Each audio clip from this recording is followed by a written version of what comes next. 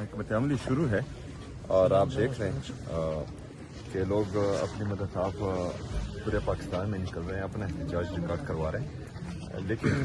Court کے واضح احکامات کے باوجود وفاقی حکومت کا یہ رویہ سمجھ سے بالاتر ہے۔ ان کی کوشش یہ ہے کہ پاکستان تحریک انصاف جو ہے وہ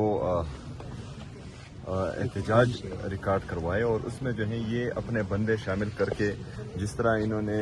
9 مئی کروایا تھا اور پھر CCTV فوٹیجز چرائی کی، اس طرح کا کچھ ارادہ رکھتے ہیں۔ ہمارے ورکرز پرامن ہیں، 2 دنوں سے مختلف جگہوں پر مختلف مقامات پر وہ مسلسل احتجاج کر رہے ہیں، لیکن آپ سب کو پتہ ہے کہ کوئی بھی ایسا واقعہ ابھی تک پیش نہیں آیا۔ تو اس کا مطلب یہ ہے کہ ہمارے کارکنان پرامن ہیں اور ابھی جو یہ مزید ڈیلینگ ٹیکٹکس کر رہے ہیں اور سپریم کورٹ کے واضح احکامات کے باوجود، تو مجھے لگتا ہے کہ ان کے ارادے خراب ہیں۔